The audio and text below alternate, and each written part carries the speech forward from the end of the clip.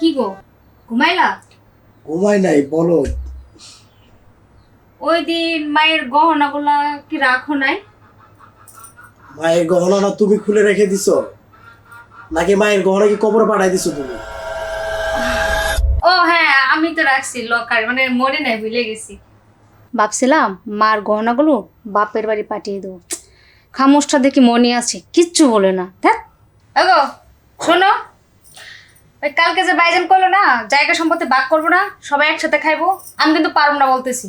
আর 2-1 দিনের মধ্যে যদি এটা মীমাংসা না করো, তাহলে আমি বাড়ি ছেড়ে চলে যাবো।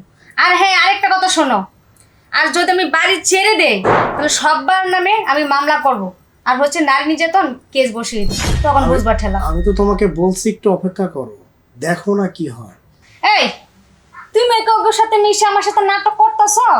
শোনো, নাটক করা আর যাই করো, তোমাকে সবাই আমি কিন্তু 14 শিকের ভাত খাওয়ামো, আর যখন খাইবে না তখন বুঝবা। 14 শিখের ভাত মানে?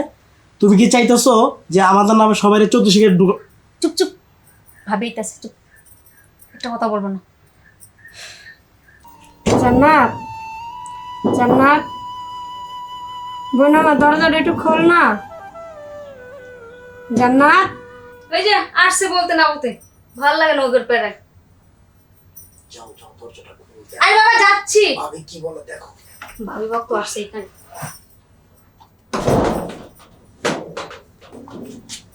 কি ব্যাপার ভাবি, খুশি সংবাদ?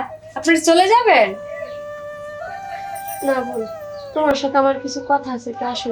এইখানে বলেন। না, একটু আসো, তোমার সাথে আমার কথা আছে, আসো।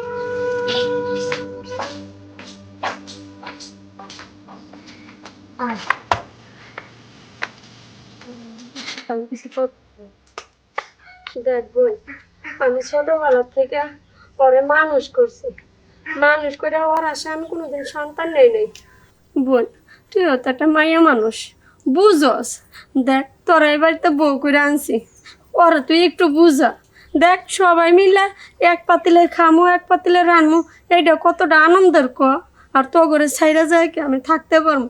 বোন তোর না, তোর অনুরোধ করি বোন, তুই ওরা একটু বুঝা। ঢং করতেছে, বুঝতেছে না এখানে থাকার জন্য সব নাটক আর শয়তানি। বাচ্চা কাচ্চা নাই তো কি হয়েছে, হইব না? তার চাইতে ভালো এখন বাইর করে দিই। যদি বাচ্চা কাচ্চা হয় তাহলে তো আবার সমস্যা হয়ে যাবে। যাক, কিছু একটা এখনই করতে হবে। বোন, তুই মনে হয় আমার কথাটা বুঝোস নাই, একটু ভালোভাবে বুঝ আমি কি কই। দেখ আঙ্গুর কোনো পোলাপান নাই, তোরাই তো আমাকে সব। আমরা যদি মইরা যাই সব কিছু তগই থাকবো। দেখ বোন, যাই কিছু করস আলাদা আর চিন্তা ভাবনা করিস না, সবই তো তগই থাকবো ক। ঠিক আছে, বুঝতে পারছি। আসলে ভাবে আমি আগে বুঝতে পারি না, এখন সব কিছু আমার কাছে একদম ক্লিয়ার হয়ে গেছে। হ্যাঁ, আর তাছাড়া এখন আমি যাই, ও আবার ঘুমাইছে তো, ঘুম থেকে উঠলে আবার চেতাচেতি করো। হ্যাঁ আচ্ছা, ঠিক আছে ভাবি, তাহলে এখন বরং আমি আসি। হ্যাঁ, আপনি থাকেন। আল্লাহ, তুই মনে হয় আমার দোয়াটা কবুল করছো, আমরা মনে হয় আবার এক প্লেটে ভাত খাইতে পারবো। আল্লাহ, তুমি আমার মনের আশাটা পূর্ণ করো, ও যিনি কখনো আমার ঘরে ছেড়ে না যায়। দেখি যাই।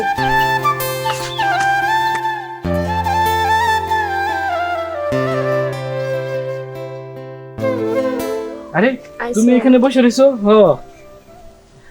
একটু ছোটর সাথে কথা বললাম তো বোঝাতে। আচ্ছা, এখন আমি যে তোমার সেদিন কইছিলাম যে একটু বোঝানোর জন্য, তুমি কি বুঝাইছো ছোটরে? ওরে কইছি বুঝাইয়া, ওই কইছে আচ্ছা ঠিক আছে দেখতাছি। সত্যি কইছে? হ্যাঁ আচ্ছা, কইছে কি এক প্লেট আমরা আবার ভাত খামু? হ্যাঁ, কইছে যে ঠিক আছে। আমি যখন কইছি ও কইতাছে যে ঠিক আছে ভাবি, আমি দেখতাছি। আর সম্পত্তির ভাগ নিব না তো? এইটা তো কিছু কয় নাই আমারে। আমার খুব ভয় করে, জানো, সেই ছোট কাল থেকে তারে আমি কুলে পিঠে মানুষ করছি, আজকে আমার মুখের উপরে এত বড় একটা কথা বললো। ওরা ছোট মানুষ, আঙ্গ সন্তানের মতো, এখন ওরা ভুল নাই করতে পারে, তাই কি তুমি ভুল করা পারো?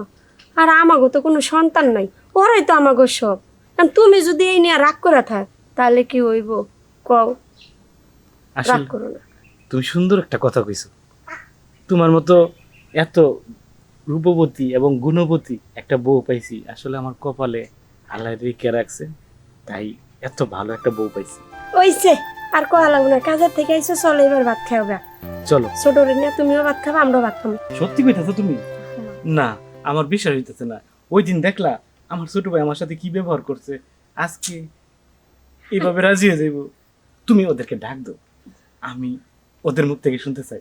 আচ্ছা ঠিক আছে, শুনবা সবকিছু, এখন ভাত খাবা আগে, তারপরে ওদের সাথে কথা বলে। চলো। তো আমার মন মানতেছে না। এই সবকিছু মন থেকে বাদ দাও তো, এত সুন্দর একটা আনন্দ কথা বললাম, তারপরে চলো। চল।